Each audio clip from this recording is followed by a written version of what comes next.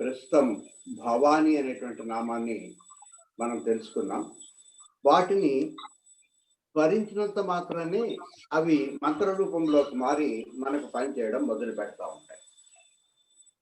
నిన్న ఈ భవాని, భావనాగమన, భవారణ్య కుఠారిక, భద్రప్రియ, భద్రమూర్తి అనేంత వరకు మనం తెలుసుకున్నాం. భవుడి యొక్క భార్య కాబట్టి భవాని అనే నామం ఆమెకు ఏర్పడింది. ఆమె కేవలం భావన చేత మాత్రమే చేరుకోవడానికి అనుకూలమైనది. లేక భవాని అనే నామం భావిస్తే చాలు మనల్ని దాని దగ్గరికి చేర్చడానికి, అమ్మవారి దగ్గర చేర్చడానికి ఉపయోగపడుతుంది. అట్లా మనం భావన కనుక చేస్తే ఆమె ఇచ్చే ప్రతిఫలం ఏమిటంటే భవారణ్య కుఠారిక. మనకి సంసారం అనేటువంటి అరణ్యాన్ని ఛేదించి మార్గం ఏర్పరిచి ఏ దిశగా మనం ప్రయాణం చేయాలనో, ఎట్లా మనం ఆ పరమాత్మను చేరుకోగలుగుతాము అన్నది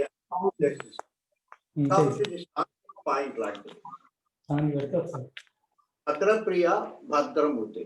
ఆమె భద్రమైనటువంటి అన్ని జాగ్రత్తలు తీసుకోగలిగింది కాబట్టి, ఆమె భద్రంగా ఉంది కాబట్టి మనకు కూడా భద్రతను కల్పించగలిగింది. ఈత వచ్చిన వాడు ఇంకొకరికి ఈత నేర్పించగలుగుతాడు, కానీ ఈత రాని వాడు ఇంకొకరికి నేర్పించడం సాధ్యం కాదు. కళ్ళుండేవాడు కనీసం ఒక్క కన్నైనా ఉంటే అవతల వాడికి కాదు. ఇద్దరు గుడ్డి వాళ్ళు అయినట్లయితే ముందుకు పోవడం అసాధ్యం. కాబట్టి ఆమె స్వయంగా భద్రమూర్తి, అందుకని మన యొక్క అవసరమైన భద్రాన్ని ఆమె కల్పిస్తుందని చెప్పి తెలుసుకున్నాం. ఆమె భక్త సౌభాగ్యదాయిని, భక్త ప్రియ, భక్తి గమ్య, భక్తి వర్ష్య, భయాపహ అని చెప్పి తెలుసుకున్నాం. ఎవరైతే భక్తితోటి ఆమెను ధ్యానిస్తారో, ఎవరైతే ఆమెను ఆరాధించేటప్పుడు ఈ ఇహపరాలకు సంబంధించినవి కాకుండా ముక్తిని కోరి ఆమెను కోరుకుంటా ఉంటారో, అటువంటి వాళ్ళకి ఆమె భక్తి వర్ష్య కాబట్టి అత్యంత సులభంగా మనకు అవసరమైనటువంటి చిట్ట చివరి ఫలం లేక ముక్తిని అందజేస్తుందని చెప్పారు. అయితే ఈ భక్తి ఎట్లా ఉండాలి అంటే అది అనన్య భక్తి అయి ఉండాలి. మనకున్నది అన్య భక్తి మాత్రం. ఈ భక్తి ప్రాథమిక దశలో ఈ ఉండేటువంటి దేవుళ్ళంతా అన్యము, రాముడు వేరే, కృష్ణుడు వేరే, శివుడు వేరే అనేటువంటి అన్య భావనతోటి చేస్తూ ఉంటాం. కానీ ప్రస్తుతం మనము ఆ దశను దాటిపోయినాం. మనకిప్పుడు చాలా స్పష్టంగా తెలుసు, ఉన్నది ఒకే ఒక శక్తి. ఆ శక్తే మంత్ర రూపంలో మనం గనక ఆరాధించినట్లయితే ఆ మంత్రానికి సంబంధించినటువంటి ఒక దేవతగా రూపొందుతుంది. మనం నూతులో ఉండేటువంటి బావిలో ఒక స్టీల్ బకెట్ తో నీళ్లు తోడినట్లయితే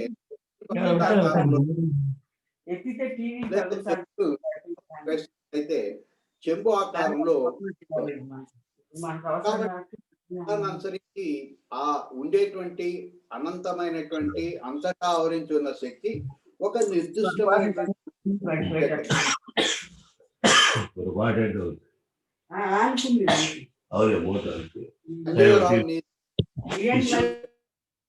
సంజయరావు గారు మ్యూట్ చేసుకోలేదు. అయితే ఈ మంత్రము గురువుల ద్వారా స్వీకరించాల్సిందే తప్ప మనం పుస్తకాలు చూసి ఈ మంత్రాలు జపించినంత మాత్రం మనకు ఫలితం అంటూ ఏముండదు. పుస్తకాలు చూసి కనుక మంత్రాన్ని పట్టుకుంటే మనకు వచ్చేది పేపర్ బకెట్, పేపర్ చెంబు మాత్రమే. కాబట్టి నీళ్లు తోడడానికి ఆ పేపర్ బకెట్ తోట కనుక ప్రయత్నం చేస్తే అది చిరిగిపోయి మునిగిపోతుంది తప్ప మనకు ఎటువంటి ఫలితం ఉండదు. అందువల్ల ఉన్నది ఒకే ఒక శక్తి. మనము ఆరాధించేటువంటి మూర్తిని అనుసరించి లేక ఉపయోగిస్తున్నటువంటి మంత్రాన్ని అనుసరించి అది ఒక మూర్తి రూపంలో మనకు దర్శనమిస్తుంది. అది స్వయంగా నిరాకారము, కానీ మనకు ఆ నిరాకారాన్ని పట్టుకోవడం సాధ్యం కాదు కాబట్టి సాకారమైన ఒక రూపంలో మనకు దర్శనమిస్తుందని చెప్పి తెలుసుకున్నాం. దాంతో ఇప్పుడు అన్యమేమీ లేదు, ఉన్నది ఒకే శక్తి అన్నది మనకి ఇప్పుడు అర్థమైంది. ఇంకా చాలా మంది ఈ భావనలోనే ఆయన వేరు ఈయన వేరైన భావనలోనే ఉంటాడు. అనన్య భక్తి అనడంలో ఇంకొక అర్థం ఏమిటంటే, ఆమెను గనక ఆ శక్తిని గనక మనం పొందాలనుకున్నట్లయితే ఆ శక్తి సహాయంతో ఆ పరమాత్మ దగ్గరికి మనం చేరుకోవాలనుకున్నట్లయితే ఇతర కార్యక్రమాలన్నీ పక్కన పెట్టి అనన్య భక్తిని ప్రదర్శించాలి అని చెప్పారు. అనన్యం అంటే ఇంక ఇతర పనులు ఏమీ పెట్టుకోకూడదు. అంటే ప్రత్యేకంగా మనం పనులేం పెట్టుకోవాల్సిన అవసరం లేదు. మన గత జన్మ అనుభవం నుంచి మనకి ఏది లభించాల్సిందో అది సుఖమో కష్టమో లభిస్తూ ఉంటుంది. వాటిని నిర్లిప్తంగా స్వీకరిస్తూ వాటి మీద దృష్టి ఉంచకుండా కష్టం వస్తూ తొలగిపోవాలని చెప్పి కోరుకోకుండా దాన్ని అనుభవించే శక్తిని ఇవ్వమని చెప్పి కోరుకుంటూ, సుఖం వస్తే దానికి తగినంత మేరకు న్యాయం చేకూరుస్తూ ధర్మబద్ధంగా ఆ సుఖాన్ని అనుభవిస్తూ నిరంతరం మనసుని ఆ ముక్తిని పొందాలి అని ఆ శక్తిని కోరుకుంటా ఉండేటువంటి పరిస్థితిని అనన్య భక్తి అని చెప్పి అంటారు. అటువంటి అనన్య భక్తి ఎవరైతే కలిగి ఉంటారో, నిరంతరం ఆమె మీదనే మనసును నిలిపి ఉంటారో, అది ఒక మగ్గులోంచి నీళ్లు పోస్తే ఆగి ఆగి పడినట్టు కాకుండా, ఆ మగ్గులో కనుక ఏదైనా ఆమ్లం లాంటి నూనె ఉండినట్లయితే ఎట్లయితే ధారాపాతంగా మధ్యలో ఆగడం అనేది లేకుండా వస్తుందో, ఆ తైల ధారావతు మనం కనుక మన మనసుని పరమాత్మ మీద లేక శక్తి మీద నిలపగలిగినట్లయితే, ఆ శక్తి మనకు సహాయం చేసి తన యొక్క సొంత ప్లేస్ అనేటువంటి పరమాత్మ దగ్గరికి తీసుకొని పోయి చేరుస్తుంది. పరమాత్మ ఏమో జ్యోతి, శక్తి ఏమో కాంతి. మనం కాంతికి యువతల చీకట్లో ఉన్నాము. కాబట్టి ఆ చీకటిని ఛేదించి కాంతిని పట్టుకొని పరమాత్మ దగ్గరికి మనం చేరుకోవాల్సి ఉంటుంది. అందుకని మనకు అనన్యమైన భక్తి ఉండాలి. కాసేపు అక్కడ ఉండి మళ్ళీ కాసేపు ఇక్కడ ఉంటామంటే, మనం ఎక్కడైతే ప్రయాణం మొదలు పెట్టినామో అక్కడే ఉంటాం తప్ప కొంత దూరం కూడా మనం ప్రయాణం చేయలేం. నిజ ప్రపంచంలో మనం ఒక కిలోమీటర్ నడిస్తే మళ్ళీ నెక్స్ట్ ఆ కిలోమీటర్ నుంచి ముందుకు పోతాం.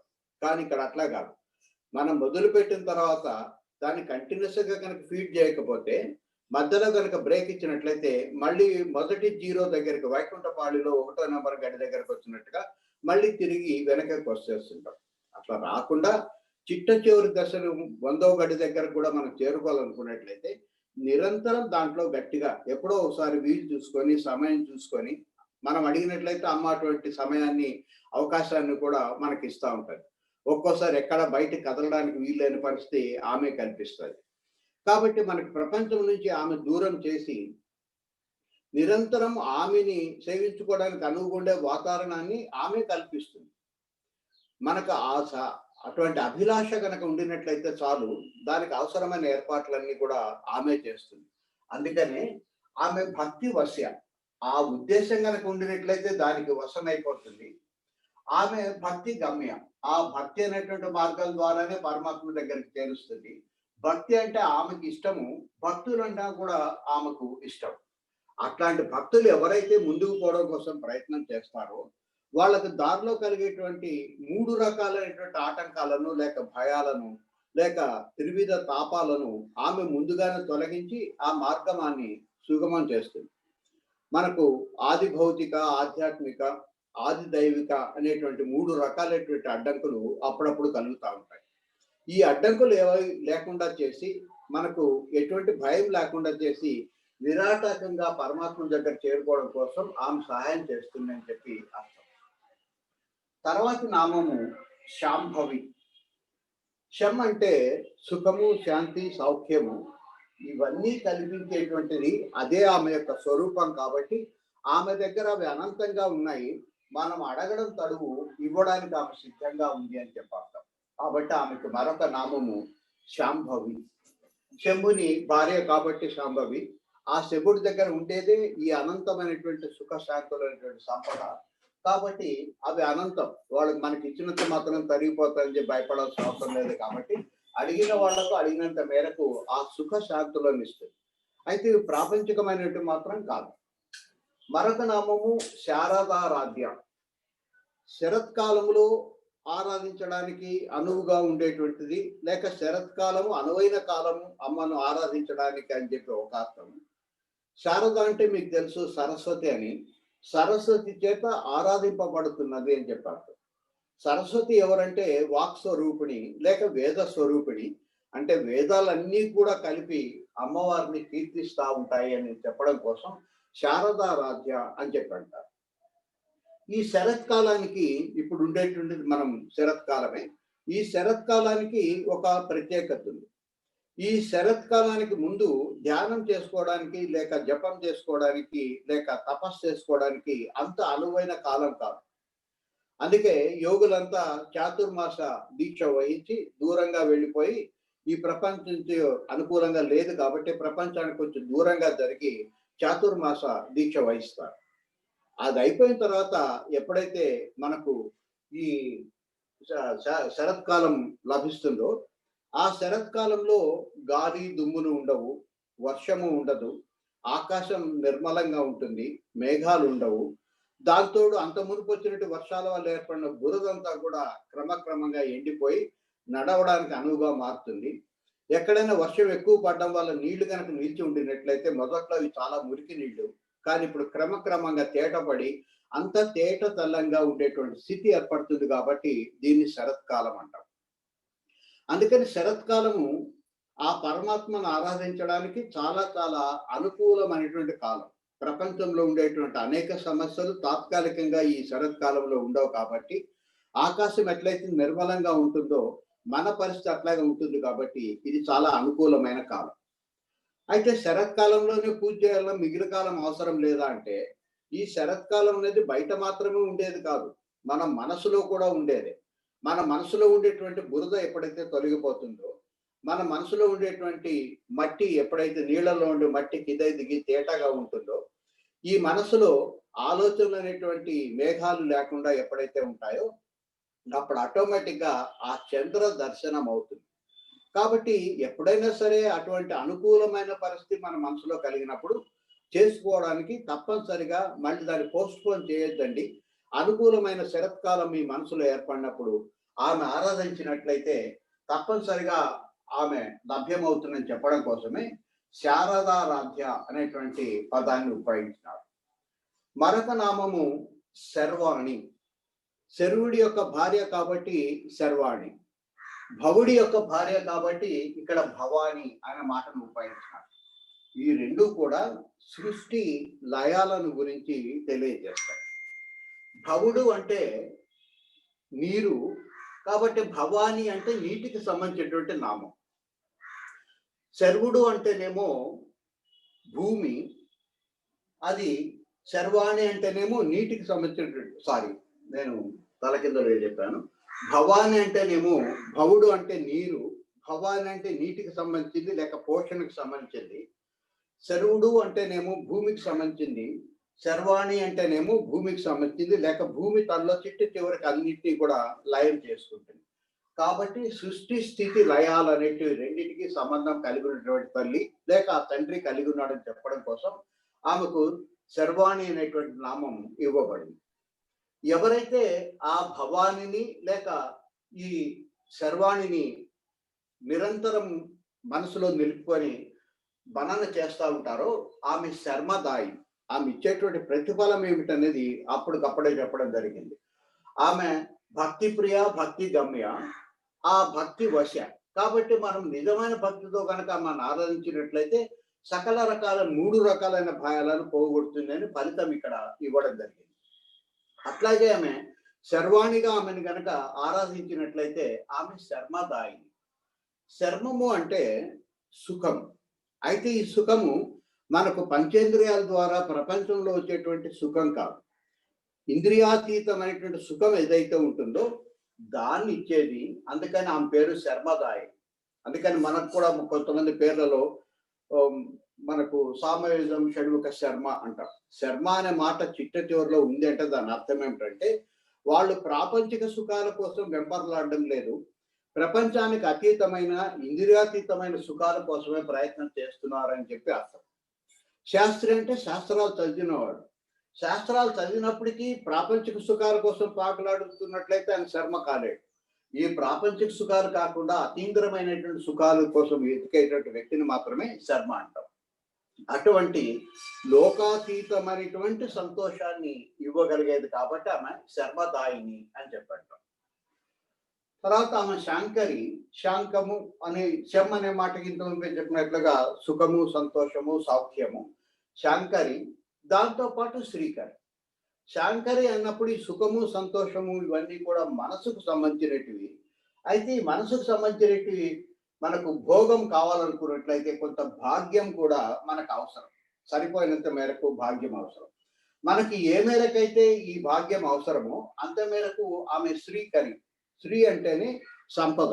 అన్ని రకాలైన సంపదలు, సంతాన లక్ష్మి, ధాన్యలక్ష్మి, జయలక్ష్మి, ఇట్లా అన్ని రకాలైనటువంటి సంపదలను మనకు అవసరమైన మేరకు మాత్రమే ఇచ్చి మనకు శారీరక సుఖంతో పాటు మానసికమైన సుఖాన్ని కూడా ఆమె ఇవ్వగలుగుతుంది. కాబట్టి ఆమె శాంకరి, శ్రీకరి అంటాం.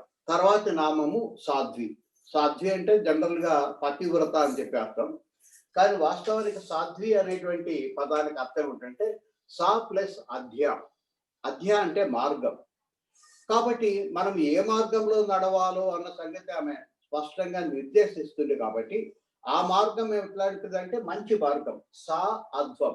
కాబట్టి మంచి మార్గంలో మనం నడిపించి, లేక సరైన మార్గంలో నడిపించి, లేక ఊర్ధముఖంగా మన పైకి తీసిపోయి, ఇప్పుడు మన కేవలం అధోముఖంగా మాత్రమే మన ప్రయాణం అంతా సాగుతూ ఉంది.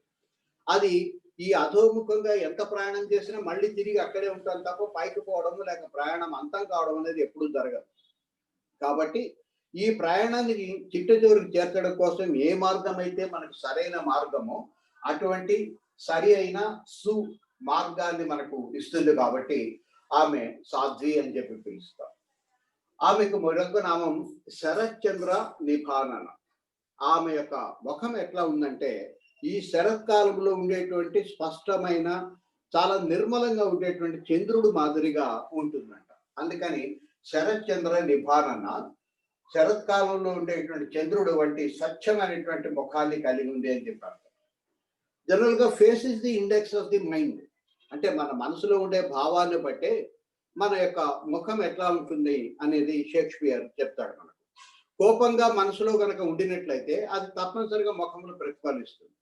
శరీరంలో కానీ మనసులో కానీ బాధ ఉండినట్లయితే ఆ బాధ ముఖంలో స్పష్టంగా తెలిసిపోతుంది. ఆమెకు ఎటువంటి కష్టాలు లేవు, ఎటువంటి బాధలు లేవు, ఎటువంటి కోరికలు కూడా లేవు. కాబట్టి ఆమె శాంతంగా, పరమ శాంతంగా ఉంటుంది. మనకు ఉండేటువంటి నవరసాల్లో చిట్ట చివరి రసం శాంతం. ఈ శాంతం అనేది కనుక లభించినట్లయితే మిగిలిన రసాలతో దేంతో నిమిత్తం లేదు. ఈ మిగిలిన రసాలన్నీ కూడా ద్వైతానికి సంబంధించాలి, లేక ఒకదానికొకటి పరస్పర విరుద్ధమైనటువంటి అంశానికి అవి సంబంధించినట్టు, లేక ఒకదానితో ఒకటి సంబంధం కలిగి ఉండేవి.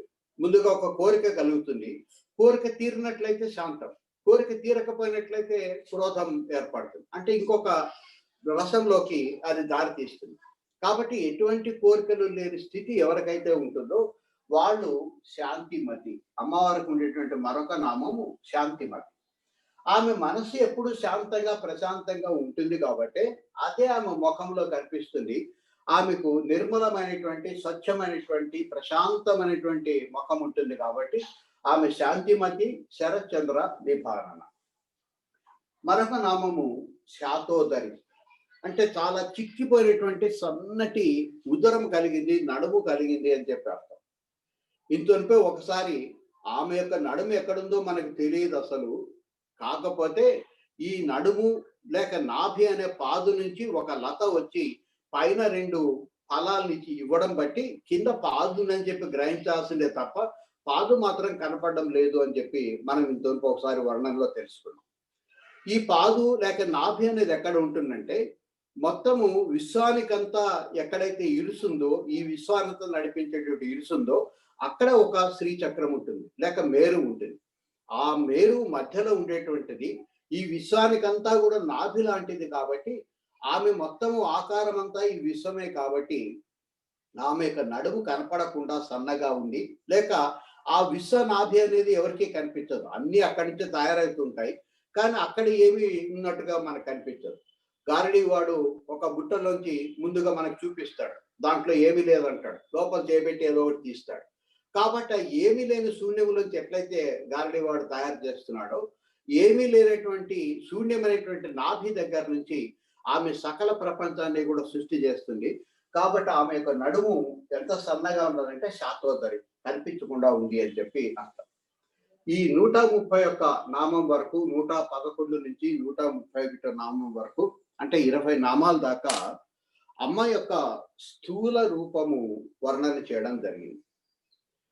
మనము నేరుగా కనపడనటువంటి శక్తి రూపం దగ్గరికి పోలేం. కాబట్టి ఆ శక్తికి ఆధారమైనటువంటి పరమాత్మ దగ్గరికి మనం పోలేం కాబట్టి ముందుగా స్థూలం దగ్గర మొదలుపెట్టి తర్వాత సూక్ష్మము, సూక్ష్మతరము, సూక్ష్మతమము అనేటువంటి మెట్లు మెట్లుగా మనకు తీసుకొని పోతుంది.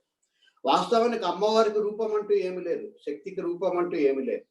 కానీ మనం గనక కోరుకున్నట్లయితే మంత్ర రూపంలో ఆరాధించినట్లయితే ముందు మంత్ర రూపం ఒకటి ఏర్పడుతుంది. అది సూక్ష్మం.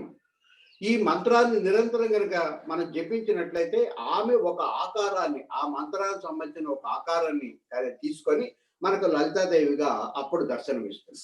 మనం తీసుకున్న మంత్రాన్ని బట్టి ఆమె భవాని కనిపించవచ్చు, లేకపోతే బాలా త్రిపుర సుందరిగా కనిపించవచ్చు, లేక త్రిపుర సుందరిగా కనిపించవచ్చు.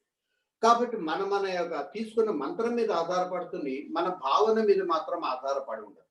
కానీ ఆమె ఇట్లా ఉండొచ్చు అని చెప్పి భావిస్తే కూడా చాలు. మనకు మంత్రం లేదు మన దగ్గర, మనం నిజమైన రూపాన్ని మనం చూడలేదు. ఎప్పుడో పాతకాలంలో ఋషులు ఆ మంత్రాలను, ఆమె ఇచ్చినటువంటి మంత్రాలను పట్టుకొని ఆ మంత్రాల సహాయంతో ఒక నిర్దిష్టమైన ఆకారాన్ని వాళ్ళు దర్శించి మనకు వర్ణించినారు. కాబట్టి అటువంటి దాంతో మనం ఫోటోలు తయారు చేసుకుంటున్నాం, లేకపోతే విగ్రహాలు తయారు చేసుకుంటున్నాం. దానిని మనం ఆరాధిస్తా ఉన్నాం. అవి మనకు అందుబాటులో ఉండేటువంటి మాత్రం కావు. కానీ ఆ ఋషులిచ్చిన రూపం దగ్గర మొదలుపెట్టి మళ్ళీ క్రమంగా వెనకకు పోయి ఆ మంత్ర రూపం అంటే ముందుగా కనిపించేటువంటి రూపం, తర్వాత శబ్ద రూపం, కంటితో కనిపించే రూపం నుంచి శబ్ద రూపంలోకి మారి చివరికి నిశ్శబ్ద రూపంలోకి పోతాం. ఆ నిశ్శబ్దమైనటువంటి రూపమే ఆత్మ లేక పరమాత్మ. మనలో ఉన్నదని చెప్పాల్సి వచ్చినట్లయితే ఆత్మ అంటాం, లేక బయట కూడా అదే ఉంది కాబట్టి దాన్ని ఆత్మ అనొచ్చు. లేకపోతే మనకు ప్రస్తుతానికి అది వేరు ఇది వేరు అని అనుకుంటున్నట్లయితే అది పరమాత్మ, మనలో ఉన్నది జీవాత్మ అని చెప్పి మనం వ్యవహరిస్తాం. మన ఫైనల్ డెస్టినేషన్ మాత్రం ఆ పరమాత్మ దగ్గరికే మనం చేరుకోవాలి. అయితే పరమాత్మ దగ్గర చేరుకునేటప్పుడు మనం భక్తి మార్గాన్ని కూడా దాటి జ్ఞాన మార్గంలోకి ప్రవేశించవలసి ఉంటుంది. మొదటేమో కర్మ మార్గంలో ఉంటాము, పూజా పునస్కారాలు, నిష్కామ కర్మ ఇట్లాంటివి చేస్తాం. తర్వాత భక్తి మార్గంలోకి వస్తాం. భక్తి మార్గంలో ముందు బహిర్పూజ ఇట్లాంటివన్నీ చేస్తాం. తర్వాత ఆ రూపాన్ని మనసులో ఊహించుకొని లేక మంత్రాన్ని తెలుసుకున్నట్లయితే మంత్రాన్ని జపిస్తూ లేక ఆ రూపాన్ని ధ్యానం చేస్తూ భక్తి మార్గంలో ఉంటాం. కానీ చిట్టచివరిదైనటువంటి పరమాత్మని తెలుసుకోవాలనుకున్నట్లయితే అది ఆబ్స్ట్రాక్ట్ ఫారం కాబట్టి అక్కడ విచారణ ద్వారా మాత్రమే తెలుసుకోవడానికి సాధ్యం అవుతుంది. జ్ఞాన మార్గంలో విచారణ తప్పనిసరి. మొదట్లోనేమో పరమాత్మ ఇట్లా ఉంటాడు అది అని చెప్పేది ప్రచారం, అది కర్మ మార్గానికి చెందింది. ఈ ప్రచారాన్ని తెచ్చిన తర్వాత ఒక నిర్దిష్టమైన పద్ధతిలో పూజ చేయడం మొదలు పెడతాం. దాన్ని ఆచారం అంటాం. ఆచారం గుడికి మాత్రమే పరిమితం కాకుండా ఇంటికి కూడా అవి సంబంధించింది. కాబట్టి ముందు ప్రచారము, తర్వాత ఆచారం, ఆ తర్వాత సమాచారం. కేవలం వివేచన వల్ల మాత్రమే లేక విచక్షణ వల్ల మాత్రమే అది ఏమిటి అని చెప్పి తెలుసుకుంటూ పోవాలి. ఈ ఆధ్యాత్మిక మార్గంలో తెలుసుకునే పద్ధతి ఏమిటంటే ఏదైతే మనకు కావాలో దాని దగ్గరికి మనం నేరుగా పోలేము. అది ఎక్కడుందో తెలియదు, ఎట్లా ఉంటుందో కూడా తెలియదు. కాబట్టి మనం ముందుగా దానికి ఉండే లక్షణాలు ఏమిటి, ఆత్మకు ఉండే లక్షణాలు ఏమిటి, శక్తికి ఉండేటువంటి లక్షణాలు ఏమిటి, ఆత్మశక్తి కలిసి ఉన్నప్పుడు ఉండేటువంటి పరిస్థితి ఏమిటి, ఆ శక్తి నుంచి వస్తువు ఎట్లా తయారవుతుంది, ఈ జడమైన వస్తువు నుంచి మనం ఎట్లా తయారైనాం, మనలో ఎంత జడ పదార్థం ఉంది, ఎంత శక్తి ఉంది, ఎంత పరమాత్మ ఉంది, ఈ శక్తి పరమాత్మ సహస్రారంలో కలిసినప్పుడు ఉండే పరిస్థితి ఎట్లా ఉంటుంది, ఇవన్నీ ముందుగా మనం గనక తెలుసుకున్నట్లయితే అప్పుడు ప్రశాంతంగా ఒక చోట కూర్చొని మనం విచారణ చేయడం మొదలు పెట్టాలి. ఏదైతే పరమాత్మ కాదో లేక ఏదైతే అనాత్మనో దాన్నంతా క్రమక్రమంగా పక్కకు తొలగిస్తూ పోవాలి. ఏదైనా ఒకటి మనకు ఒక వస్తువు ముందుకు కనిపిస్తే మనసులో తోచినట్లయితే అది ఆత్మనా లేకపోతే అనాత్మనా అని చెప్పి ముందు వివేచన చేయాలి. అందుకని మనకు అనాత్మ యొక్క లక్షణాలు తెలిసి ఉండాలి, ఆత్మ యొక్క లక్షణాలు కూడా తెలిసి ఉండాలి. అది అనాత్మాన్ని కనుక తెలిసినట్లయితే దాన్ని పక్కకు పెట్టేయాలి. ఇది కాదు, నా ఇది లేక నేతి నేతి అని చెప్పి ఈ అనాత్మనంతా గనక పక్కకు తొలగించినట్లయితే ఏదైతే శేషిస్తుందో, ఏదైతే మిగులుతుందో అదే ఆత్మ అవుతుంది. ఆత్మ కోసం ప్రత్యేకంగా మనం ప్రయత్నం చేయాల్సిన అవసరం లేదు. మనం చేయాల్సిన ప్రయత్నం అంతా ఆత్మ కాని దానిని పక్కకు తోసేసుకుంటూ పోవాలి. అయితే పొరపాటున ఆత్మను కూడా పక్కకు తోసేస్తామేమో. అందుకని మనము ముందుగా ఆత్మ యొక్క లక్షణాలు, శక్తి యొక్క లక్షణాలు, ఆత్మ శక్తి రెండు కలిసి ఉండేటువంటి పరిస్థితి, లేక జ్యోతి యొక్క లక్షణాలు, కాంతి యొక్క లక్షణాలు, జ్యోతి కాంతి కలిసి ఉండే లక్షణాలు, ఈ కాంతి నుంచి ప్రపంచం మాదిరి కనిపించేటువంటి దాని యొక్క భౌతిక ప్రపంచం యొక్క లక్షణాలు, ఇవన్నీ తెలుసుకున్నప్పుడు మాత్రమే మనం ముందుకు పోవడానికి సాధ్యమవుతుంది. అందుకనే ఈ 131వ నామం నుంచి ఆత్మ యొక్క స్థితి ఎట్లా ఉంటుంది, అసలు పరమాత్మకు ఉండేటువంటి లక్షణాలు ఏమిటి, ఏమేమి ఉంటాయి అనేది మనం తెలుసుకో. అమ్మవారి ఇక్కడ నుంచి దాదాపు ఒక 24 నామాల దాకా ఆత్మ యొక్క స్థితి ఎట్లా ఉంటుంది అనేది తన రూపంతో చెప్తుంది. ఎందుకంటే ఆత్మ అనేది స్త్రీ కాదు, పురుషుడు కాదు, నపుంసకుడు కాదు, వస్తువు కాదు, శక్తి కాదు, అది ఏది కాదు. కాబట్టి ఆమె అమ్మ, ఆమె తండ్రి, ఆమె ఆత్మ. ఆ స్త్రీ రూపంలో చెప్పినట్లయితే శివుడు అంటాం, పురుష రూపంలో స్త్రీ రూపంలో చెప్పినట్లయితే శార్వాణి అంటాం, లేక పురుష రూపంలో చెప్పినట్లయితే శరువుడు అంటాం. శంకరుడు లేకపోతే శాంకరి, అట్లాగే ఉమా ఉమా అనేటువంటి దాంతో మనం చెప్తాం. రెండు కలిపి ఒకటే అయి ఉంటాయి. అంటే ఈ శక్తి క్రమంగా కింద నుంచి పైకి పోయి సహస్రాల దగ్గర పోయి ఆ పరమాత్మ దగ్గర చేరుకున్నప్పుడు ఉండేటువంటి స్థితిని గురించి ఆమె ముందుగా వర్ణిస్తుంది. అయితే ఈ ఆత్మ గురించి ఆమె చెప్పిన వర్ణన మనకు అర్థం కావాలంటే ఒక క్రమమైన పద్ధతిలో సృష్టికి ముందు ఎట్లా ఉండింది పరిస్థితి, సృష్టి ప్రారంభమైనప్పుడు ఎట్లా ఉంది పరిస్థితి, సృష్టి క్రమంగా జరిగినప్పుడు ఎట్లా ఉంది పరిస్థితి అనేది కనుక మనకు కొంత అవగాహన ఉండినట్లయితే ఇప్పుడు చెప్పబోయేటువంటి నామాలు మనం అర్థం చేసుకోవడానికి సాధ్యమవుతుంది. అందుకోసం భగవద్గీతను చెప్పేటప్పుడే మొట్టమొదట్లో అద్వైతాన్ని ప్రారంభించిన తర్వాత సృష్టి క్రమం ఎట్లా జరిగిందని చెప్పి అప్పుడు ఎక్స్ప్లెయిన్ చేసినాను. కానీ కొంతమంది ఆ భగవద్గీతను టచ్ చేయకుండానే డైరెక్ట్ గా ఈ లలితా సహస్రనామాల్లోకి వచ్చినారు. కాబట్టి మళ్ళీ ఒక్కసారి ఆ సృష్టి ప్రారంభ దశని మీకు ఇప్పుడు ఈ పూట ఎక్స్ప్లెయిన్ చేస్తాను. నెక్స్ట్ వీక్ నుంచి ఆ ఆత్మ యొక్క స్వరూపం ఎట్లా ఉంటుంది, దానికి ఏమి ఉంటుంది, ఏమి ఉండకూడదు అనేది మనం అర్థం చేసుకోవడం కోసం ప్రయత్నం చేద్దాం. అందుకని ఒకసారి సృష్టి మొదట్లో ఉండే పరిస్థితిని గురించి, అది ఆల్రెడీ మీరు భగవద్గీతలో విని ఉండొచ్చు, అయినా సరే కొంతమంది వినని వాళ్ళ కోసం రిపీట్ చేస్తున్నాను, ఏమనుకోవద్దండి. ఒక్కసారి దాన్ని ఇప్పుడు పరిశీలిద్దాం.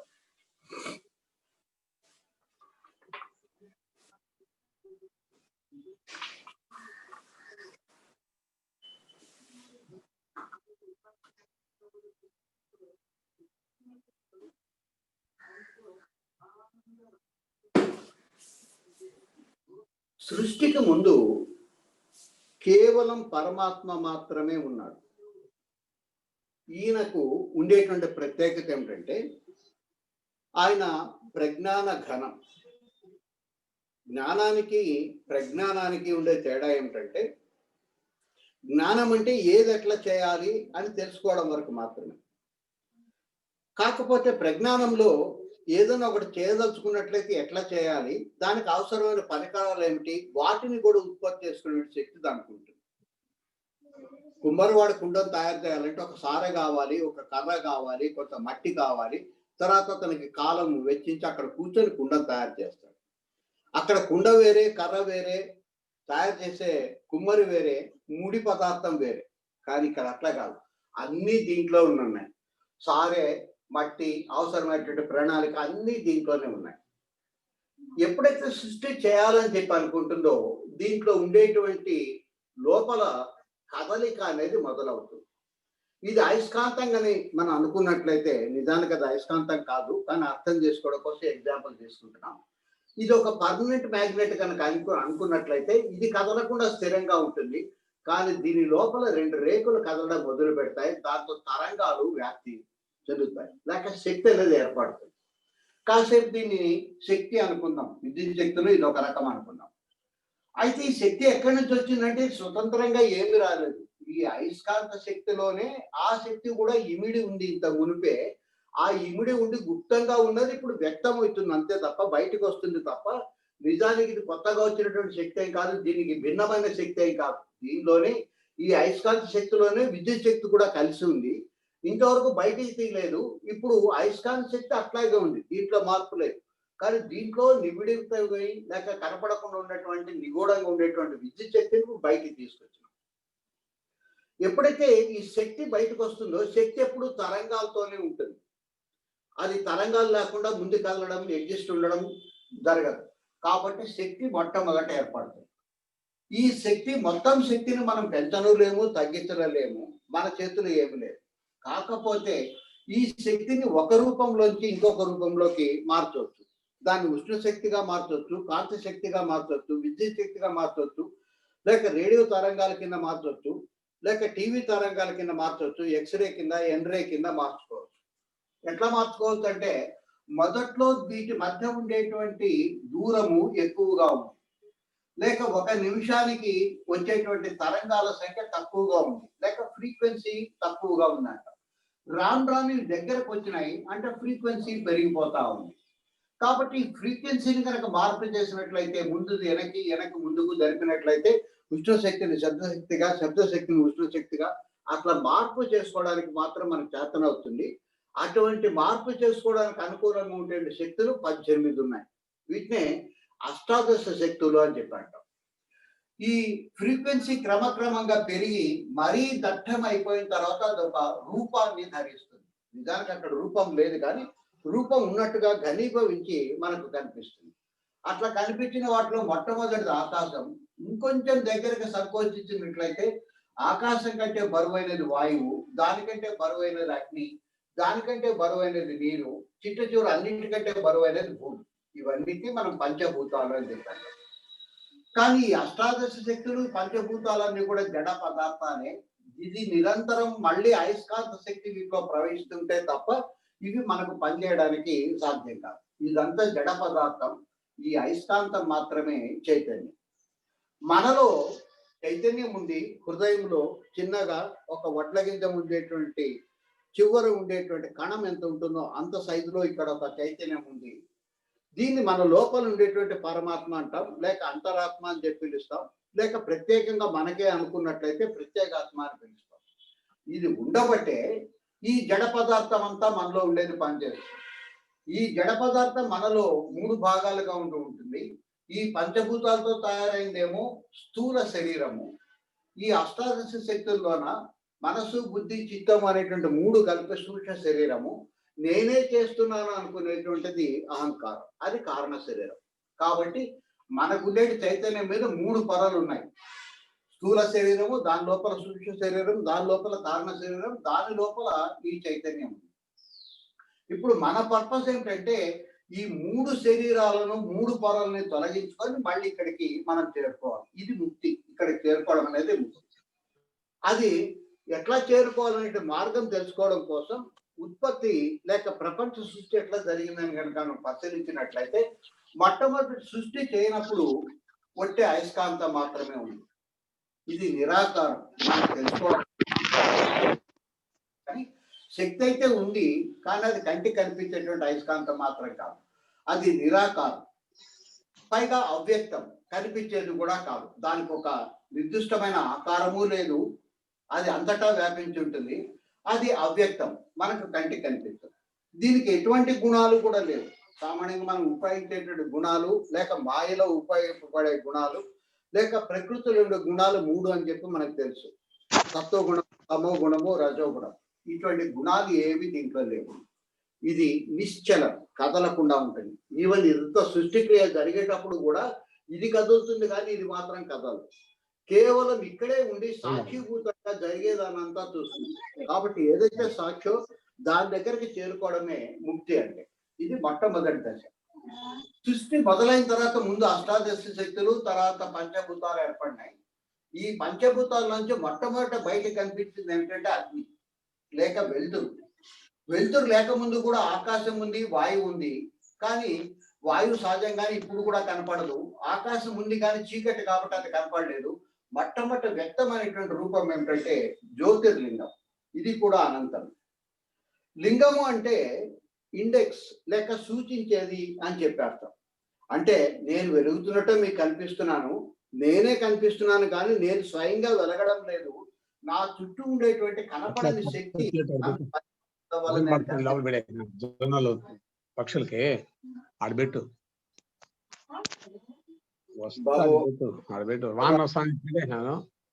వెంకటేశ్వరరావు గారు మ్యూట్ చేసుకోవాలి. మీకు కంటి కనపడకపోవచ్చు కానీ ఈ శక్తి వల్లనే నేను కనిపిస్తున్నాను. కనపడంది ఒకటి ఉంది మీకు, అది ఉండబట్టే నేను వెలుగుతున్నాను.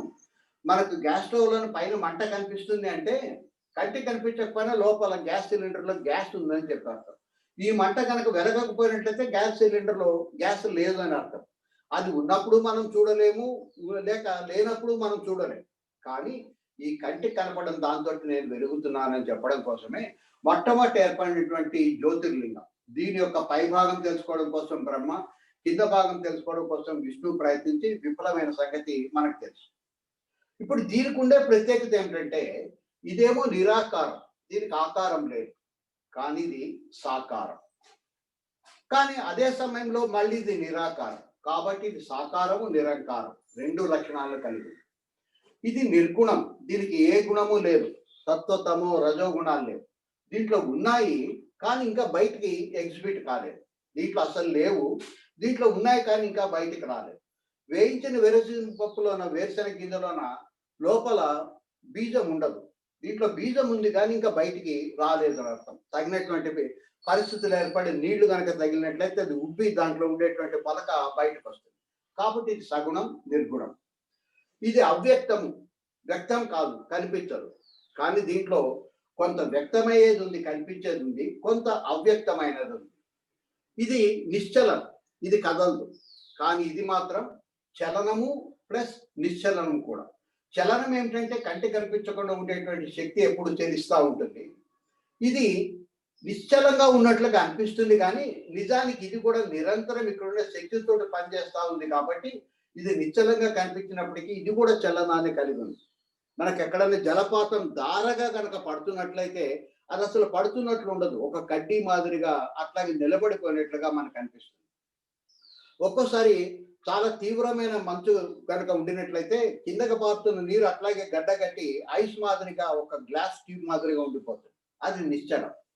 కానీ ఇక్కడ నీళ్లు చాలా నిలకడగా ఒకే రకమైన దారిగా పడుతుండడం వల్ల కదలిక ఉంది అన్న సంగతి మనకు తెలియకుండా పోయింది. కాబట్టి ఇది చలనం నిశ్చలం. అటు తర్వాత సృష్టి పూర్తిగా వ్యక్తమైనప్పుడు దీంట్లోంచి ముందుగా విష్ణువు, అంటే ఇప్పుడు పూర్తిగా రూపం అనేది ఏర్పడింది.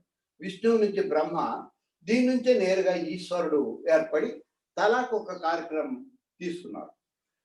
ఇది నిరాకారం, కానీ బ్రహ్మ విష్ణు శివులకు ఆకారం ఉంది. ఇది నిర్గుణం, ఇది నిర్గుణం సగుణం ఉంది.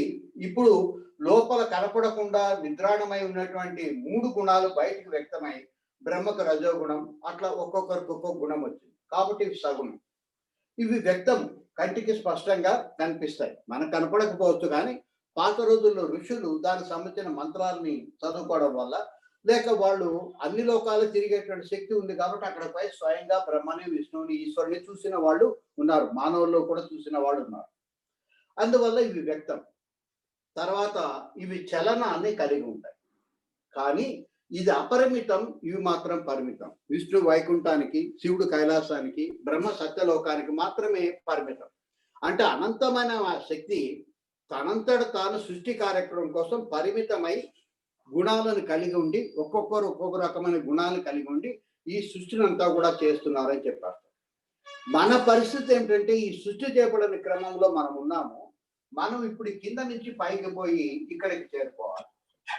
ఇక్కడికి చేరుకోవాలంటే ముందుగా ఆ ఈశ్వరుడి యొక్క అనుగ్రహం అన్నా కావాలి, విష్ణువు యొక్క అనుగ్రహం అన్నా కావాలి, బ్రహ్మ యొక్క అనుగ్రహం అన్నా కావాలి. మళ్ళీ చెప్తున్నాను, వీళ్ళు ముగ్గురు వేరు వేరు మాత్రం కాదు, ఉండే ఆ ఒకే శక్తి మనం ఆరాధించిన ఫలితంగా విష్ణువుగాను ఈశ్వరుడుగా కనిపిస్తుంది తప్ప ఈశ్వరుడు వేరు విష్ణు వేరు అనేటువంటి అన్య భక్తి ఉండకూడదు. అనన్యమైన భక్తితో వీళ్ళలో ఎవరిని పట్టుకున్నా పర్వాలేదు. లేక వీళ్ళు మనకు ప్రస్తుతం అందుబాటులో లేరు, దూరంగా ఉన్నారని చెప్పి అనుకున్నట్లయితే అందుబాటులో ఉండేటువంటి ఏదో ఒక దేవుడిని పట్టుకొని ఆయన ద్వారా వీళ్ళ దగ్గరికి చేరి తర్వాత ఇక్కడికి చేరి చిట్ట చివరికి ఇక్కడికి చేరుకోవాలి. అయితే ఇన్ని రకాలైన ప్రయత్నాలు చేసే బదులు ఇక్కడ ఉన్నది, ఇక్కడ మొదలైంది శక్తి, దీంట్లో శక్తి ఉంది కానీ బయటికి రాలేదు. ఇక్కడ శక్తి బయటకు రావడం మొదలుపెట్టింది, ఆ శక్తి రూపాన్ని ధరించడం మొదలుపెట్టింది. ఆ శక్తే మనలో కూడా ఉంది. మనకు దాన్ని చేరాలంటే ఆసక్తి గనక ఉండినట్లయితే, తప్పనిసరిగా శక్తిని గనక ఆరాధిస్తూ పోయినట్లయితే క్రమంగా ఈ దశలన్నీ దాటించి మనల్ని అక్కడికి చేరుస్తుంది. అయితే అట్లా చేరేటువంటి పరిస్థితిలో వస్తువు అంటే ఏమిటి, శక్తి అంటే ఏమిటి, ఈ శక్తి తర్వాత శివుడు రెండు దగ్గర చేరినటువంటి పరిస్థితి ఎట్లా ఉంటుంది, అసలు శివుడి యొక్క రూపం ఏమిటి, లేక ఆయనకుండే లక్షణాలు ఏమిటి, ఆయనకు రూపం లేదు, నామరూప రహితుడు ఆయన. కాబట్టి ఆయనకుండే లక్షణాలు ఏమిటి అనేది మనం గనక అవగతం చేసుకోగలిగినట్లయితే క్రమక్రమంగా ఏదైతే ఆయన లక్షణం కాదో వాటన్నిటిని పక్కకి నేతి నేతి నేతి అని పక్కకు తోసుకుంటా పోయినట్లయితే చివరికి ఏదైతే మిగులుతుందో అదే పరమాత్మ అవుతుంది. కాబట్టి పరమాత్మ కోసం మనం ఎతకకూడదు, పరమాత్మ కాంతి పక్కకు నెక్కడం కోసం మనం చేసే ప్రయత్నం అంతా చేయాలి. ఆ ప్రయత్నంలో తల్లి సహకరించి మనకు సరైన మార్గాన్ని చూపిస్తుంది. అందుకని ఇప్పటి వరకు ముందు స్థూలమైన ఆకారంలో భవానిగా కనిపించింది. ఇప్పుడు కొంచెం లోపలికి పోయి అత్యంత సూక్ష్మమైనటువంటి సూక్ష్మతమైనటువంటి పరమాత్మ యొక్క ఆకారం ఎట్లా ఉంటుంది, దానికి ఏమి ఉండాలి ఏమి ఉండకూడదు అనేది మనకు వివరించడం కోసం నెక్స్ట్ 24 నామాల ప్రయత్నం చేస్తుంది. నెక్స్ట్ వీక్ నుంచి దాన్ని కమెంట్స్ చేసుకుందాం.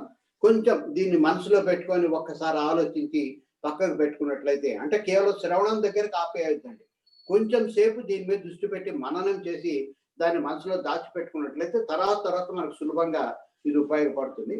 ఇంకొక 9 నిమిషాల టైం ఉంది, సందేహాలు ఏమైనా ఉంటే అడగండి.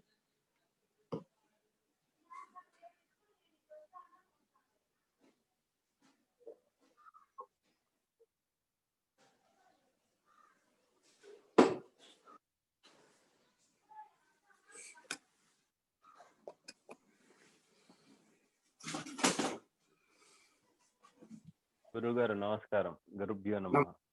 గురుభ్యో నమః. సార్, మీరు చెప్పిన అయస్కాంత శక్తి అన్నారు కదా, మరి దాన్ని ఈశ్వరుడు అనుకోవచ్చా లేదంటే పరమాత్ముడైనా ఈశ్వరుడు? యాక్చువల్గా ఈశ్వరుడిని డిస్క్రైబ్ చేయడానికి ఎవరికి చేత కాదు. ఇంతవరకు ప్రపంచంలో ఎంగిలి కానీ, అంటే నోట్లో పడి డిస్క్రైబ్ చేసి ఎంగిలి కానీ ఏకైక పదార్థం ఏదైనా ఉంటుందంటే అది ఆత్మనే. అయితే మనం అర్థం చేసుకోవడం కోసం ఏమిటంటే మనకు తెలిసిన దాంతో తెలియని దాన్ని ఎక్స్ప్లెయిన్ చేయడం కోసం నేను ట్రై చేస్తున్నాను. ఈశ్వరుడు అనేది అయస్కాంతం అనుకోండి, ఆ ఈశ్వరులోంచి వచ్చే విద్యుత్ శక్తిని శక్తి అనుకోండి, కాసేపు మనకు అర్థం కావడం కోసం. దాంట్లో అయస్కాంతం నిశ్చలం, విద్యుత్ శక్తి మాత్రం చలనం. అది కేవలం అనలాగస్ ఎగ్జాంపుల్ మాత్రమే, కరెక్ట్ ఎగ్జాంపుల్ కాదు, ముందే చెప్పాను. అది అనలాగస్ ఎగ్జాంపుల్, కొంచెం అర్థం చేసుకోవడానికి ఉపయోగపడేది, అంతవరకు మాత్రమే. ఓకే సార్, అంటే రూపం అయితే లేదు, పరమాత్మకి రూపం లేదు లేదు. ఓకే, థ్యాంక్ యూ అండి.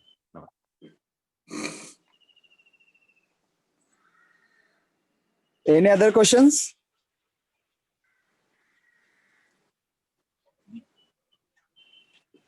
ఇంకెవరైనా అడగదలుచుకుంటే అడగచ్చండి.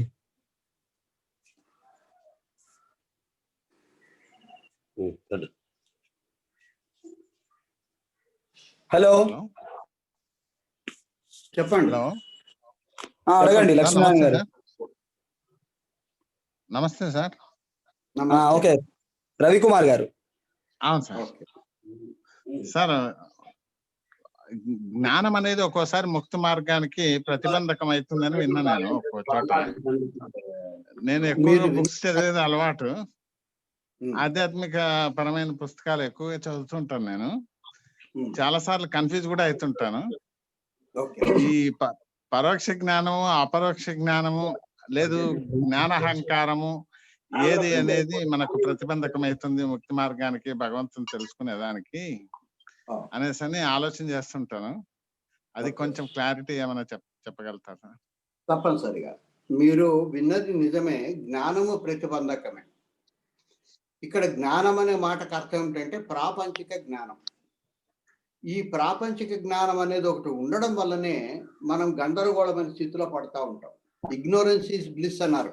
అసలు ఏమి తెలియనోడికి కన్ఫ్యూజన్ ఏముండదు, అది పరమాత్మ అని చెప్తే గట్టిగా నమ్మేస్తాడు. నిన్న ఒక ఎగ్జాంపుల్ చెప్పాను. ఒక పిల్లవాడు తన తండ్రి పోలేకపోతే అమ్మవారికి నైవేద్యం సమర్పించడానికి పోయి తింటావా తినవా అని చెప్పి పట్టుబట్టి తినిపిస్తాడు. అది ఏమి తెలియకపోవడంలో వచ్చినటువంటి పరిస్థితి, ఇగ్నోరెన్స్ ఈజ్ బ్లిస్. కానీ మనకు కొంత తెలుసు, కొంత తెలియదు. ఈ కొంత తెలిసిన జ్ఞానంలో 2 రకాలైన జ్ఞానాలు ఉన్నాయి. ఒకటి అపరాజ్ఞానం, రెండవది పరాజ్ఞానం. పరాజ్ఞానం అంటే పరమాత్మకు సంబంధించిన జ్ఞానం. రేపు నెక్స్ట్ వీక్ నుంచి మనం మొదలుపెట్టబోయేది పరమాత్మకు సంబంధించిన జ్ఞానం. అయితే ఈ ప్రపంచానికి సంబంధించి మనకు చాలా తెలుసు. హిస్టరీ, ఎకనామిక్స్, పాలిటిక్స్, సివిక్స్, అట్లాగే రోడ్ రూల్స్, కొంత ఇవన్నీ తెలుసు. కాబట్టి ఇది ప్రపంచానికి సంబంధించిన జ్ఞానం. ప్రపంచానికి సంబంధించిన జ్ఞానాన్ని అపరాజ్ఞానం అంటాం. ఈ అపరాజ్ఞానం మనకు తెలిసి ఉండడం వల్లనే అది పరమాత్మ దగ్గరికి చేరడానికి, ముక్తిని చేరడానికి అడ్డంకిగా మారుతా ఉంది. ఈ జ్ఞానం లేకపోతే ఈజీగా మనం చేరుకునేవాళ్ళం. కానీ ఈ జ్ఞానంలోనే ఒక మెట్టు పైకి పోయిన తర్వాత ప్రాపంచిక జ్ఞానం అంటే ఏమిటి, పరమాత్మ జ్ఞానం అంటే ఏమిటి అని విడగొట్టినట్లయితే, పర అపర అనే దాన్ని విడగొట్టినట్లయితే, పర అనే మాట ఎప్పుడొచ్చినా కూడా అది పరమాత్మకు సంబంధించింది, అపర అంటే పరమాత్మకు సంబంధం లేనిది అని చెప్పారు. ఈ అపరా విద్యను పక్కకు పెట్టి పరిశీలించడం మొదలు పెట్టాలి.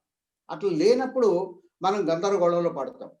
ఇంత ఉంపే ఒక ఎగ్జాంపుల్ చెప్పిన దాంట్లోన ఆ పరమాత్మక స్వరూపాన్ని ఈశావ్యాసోపనిషత్తులో మొట్టమొదటి శ్లోకంలో ఎట్లా చెప్పినారు అని చెప్పినప్పుడు అక్కడ ఉండేటువంటి ఒక చిన్న రహస్యాన్ని మళ్ళీ మీకోసం దాన్ని రివీల్ చేస్తాను. అక్కడ పూర్ణమద పూర్ణమిదం పూర్ణాత్ పూర్ణముదచ్యతే పూర్ణస్య పూర్ణమాదాయ పూర్ణమేవావశిష్యతే అని చెప్పాము. అది పూర్తి డీటెయిల్ కావాలంటే అది చెప్పినటువంటి దాంట్లో చూడండి. కానీ ఇక్కడ పరిస్థితి ఏమిటంటే, ఒక వ్యక్తి ఒక కొద్దిగా చిరు చీకటి ఉండేటువంటి రోజులు, వెన్నెల పెద్దగా లేదు, అరణ్యంలో ప్రయాణం చేస్తా ఉన్నాడు పక్క ఊరికి పోవాలని.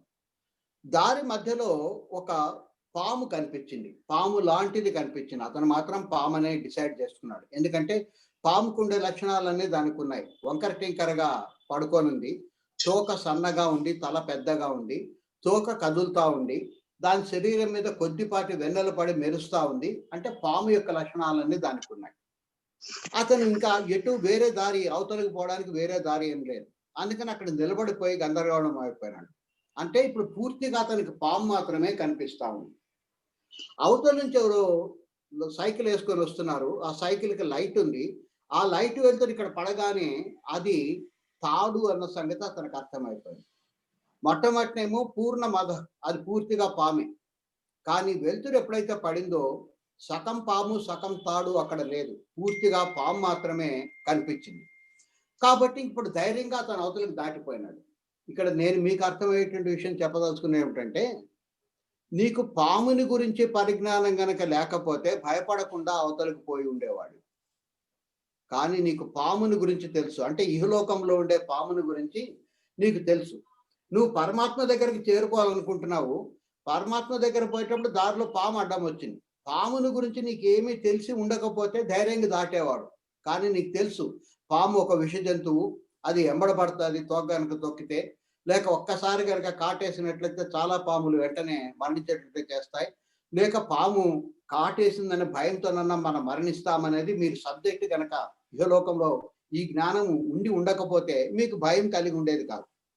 అంతవరకు ఎందుకు, చిన్నప్పుడు అందరూ కూడా వుడ్వర్డ్స్ గ్రైప్ వాటర్ తాగి ఉంటారు. నాకు ఇప్పుడు కూడా ఇష్టం, ఎక్కడ దొరికితే ఒక 2 మూతలు తాగేస్తూ ఉంటాను. దాని మీద ఒక బొమ్మ ఉంటుంది, చిన్న బొమ్మనే. ఒక చిన్న పిల్లవాడు అప్పుడప్పుడే లేచి కూర్చుంటూ వయస్సు, చిన్న చెడ్డీ వేసుకొని కూర్చొని ఉంటాడు. అతను 2 చేతుల్లో 2 పాములు ఉంటాయి, ఇట్లా పట్టుకొని ఉంటాడు 2 చేతుల్లో. ఎందుకు పట్టుకున్నాడంటే అతనికి పాము అంటే తెలియదు కాబట్టి. పాము అనే జ్ఞానం ఉంటే అతను కూడా భయపడి ఉండేవాడు. అతనికి తెలియదు కాబట్టి భయం అనేది లేదు, నిర్భయంగా పరమాత్మ దగ్గరికి చేరుకోవచ్చు. కాబట్టి ఈ ప్రాపంచిక జ్ఞానం అనేది ఒకటి ఉన్నప్పుడు అది అవరోధమై అవతల దాటకుండా మీకు అడ్డం పడింది. కానీ జ్ఞానం లేకపోయినట్లయితే ఆ చిన్న పిల్లోడు పాము అనేది తెలియదు కాబట్టి దానికి గట్టిగా పట్టేసుకున్నాడు. బహుశా చిన్నపిల్లోడిన పాములు కూడా ఏం చేయవు, ఒక్కోసారి పక్కన వచ్చి పడుకుంటాయి కూడా.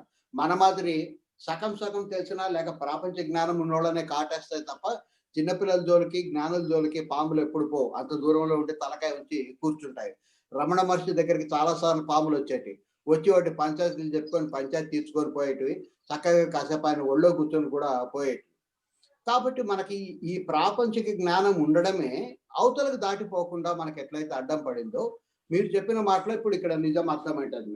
మనకుండే జ్ఞానమే, ప్రాపంచిక జ్ఞానమే పరమాత్మను చేరకుండా అడ్డం పడతా ఉంటుంది. అది కాసేపు పక్కన పెట్టి ఆ అజ్ఞానం నుంచి బయటపడి నిజమైన జ్ఞానాన్ని లేక పారమార్థిక జ్ఞానాన్ని గనక, పరమాత్మకు చెందిన జ్ఞానాన్ని గనక మనం తెలుసుకున్నట్లయితే మళ్ళీ భయం లేకుండా నిర్భయంగా మన అవతలకు పోవచ్చు. ఇప్పుడు మనకేం తెలుసు అంటే అక్కడ తాడైనా అదే, పామైనా అదే, రెండు కూడా పరమాత్మనే అనే సంగతి మనకు ఎప్పుడైతే అర్థమైపోతుందో, అది నిజంగా అక్కడ పాము ఉండినా కూడా పరమాత్మ మీద భారం వేసి, ఎందుకంటే శివుడు ఆజ్ఞ లేకపోతే చీమైనా కుట్టదు, ఆజ్ఞ ఉంటే చీమైనా సరే కుడుతుంది. తన ఆజ్ఞ ఉంటే కుట్టక తప్పదు, నేను ఎక్కడికి పోయినా కుడుతుంది, లేకపోతే అది కుట్టదని చెప్పి ధైర్యంతో అది పామైనా సరే, నిజంగా పాము తాడు కాకుండా పామైనా సరే దాటిపోయేటువంటి శక్తి మీకు ఏర్పడుతుంది. కాబట్టి ప్రాపంచిక సంబంధమైన జ్ఞానము నిజమైన జ్ఞానానికి ఎప్పుడు అవరోధమే అనేది కరెక్టే. క్లియర్ అయింది అనుకుంటాను మీ సందేహం. సార్ నమస్తే సార్. సార్ ఇంకోటి, ఇప్పుడు ఏదైనా మనము ఒక పుస్తకం చదవాలా అని అంటే యోగ వాసిష్టం చదవాలని నాకు చాలా కాలంగా కోరిక, ఒక 20 సంవత్సరాలుగా కోరిక నాకు. తీసి పెట్టుకున్నాను. అది నేను అవగాహన చేసుకోగలనా, నాకు అర్థమవుతుందా అనే దీంట్లో నేను దాన్ని తీసుకొని చదవడం అనేది జరగలేదు. కానీ 1 సంవత్సర కాలం కిందట పుస్తకం తీసుకొని 3 వాల్యూమ్స్ సార్ అది పుస్తకము. ఒక సగం ఫస్ట్ పార్ట్ సగము చదివేటప్పటికి నాకు తీవ్రమైన వైరాగ్యము, కన్ఫ్యూషన్ వచ్చేసింది. అంటే నాకు డిజర్వ్నెస్ లేదా, లేకపోతే అర్థం చేసుకునే దాంట్లో పొరపాట, ఆ పుస్తకం చదవడానికి నాకు అర్హత ఉందా లేదా అనేసి నేను మళ్ళా పక్కన పెట్టేశాను, మళ్ళా చూద్దామని. నేను కూడా మీ మాదిరే, మీరు 20 సంవత్సరాల నుంచి ఎత్తుకుతున్నారు, నేను 20 సంవత్సరాల నుంచి ఎత్తుకుతున్నాను యోగ వాసిష్టాన్ని. మొన్న సంపాదించినాను వచ్చింది, కానీ చదవడానికి ప్రయత్నం చేస్తే మీ మాదిరిగా నాకు ఫస్ట్ పార్ట్ చదివేసరికి కన్ఫ్యూజన్ వచ్చింది, నేను కూడా పక్కకు పెట్టేసిన. కానీ ఇప్పుడు సామవేదం షణ్ముఖ శర్మ గారు యోగ వాసిష్ట మీద ఒక 18 ఉపన్యాసాలు ఇచ్చినారు. అవి గనక చదివితే క్లియర్గా అర్థమవుతుంది. ఏమర్థమవుతుందంటే, దాని జోలికి పోకుండా మనము పక్కన ఉండడం మంచిది. దానికంటే భగవద్గీతనే సులభంగా అర్థమవుతుంది. భగవద్గీత కంటే కూడా లలిత సహస్రనామాలు చాలా ఈజీగా ఉంటాయని చెప్పి మనకు అర్థమైపోతుంది. కానీ ప్రయత్నం మాత్రం ముందు చేయాలి. చాలా చక్కగా యోగ వాసిష్ట మీద ఎక్స్ప్లెయిన్ చేసినాడు. మీరు ఏం చదవద్దు దయచేసి. సామవేదం షణ్ముఖ శర్మ యోగ వాసిష్టం అని యూట్యూబ్ లో టైప్ చేయండి, మొత్తం వీడియోలు అన్నీ వస్తాయి. ఓపిక చేసుకొని వినండి, తప్పేం లేదు. కానీ చాలా కన్ఫ్యూజింగ్ గా ఉంటుంది, కానీ చాలా విషయాలు మీకు క్లారిఫై అయిపోతాయి. అసలు కాలం అనేది ఎట్లా ఒక చోటికి ఇంకో చోటికి ఎట్లా మారిపోతూ ఉంటుంది, ఒకే లోకంలో మరొక లోకం ఎట్లా ఉంటుంది, ఇవన్నీ శుభ్రంగా అర్థమవుతాయి. మీకు నిజంగా ఇంట్రెస్ట్ ఉంటే దయచేసి పుస్తకం చదవద్దు, సామవేదం షణ్ముఖ శర్మ వారి వీడియోస్ తప్పనిసరిగా చూడండి. ఓకేనా? Thank you sir. Next. Okay Venkateswararao garu, అది దేరండి ఉన్నారు అన్మ్యూట్ చేసి మంగళహారతి వాడండి.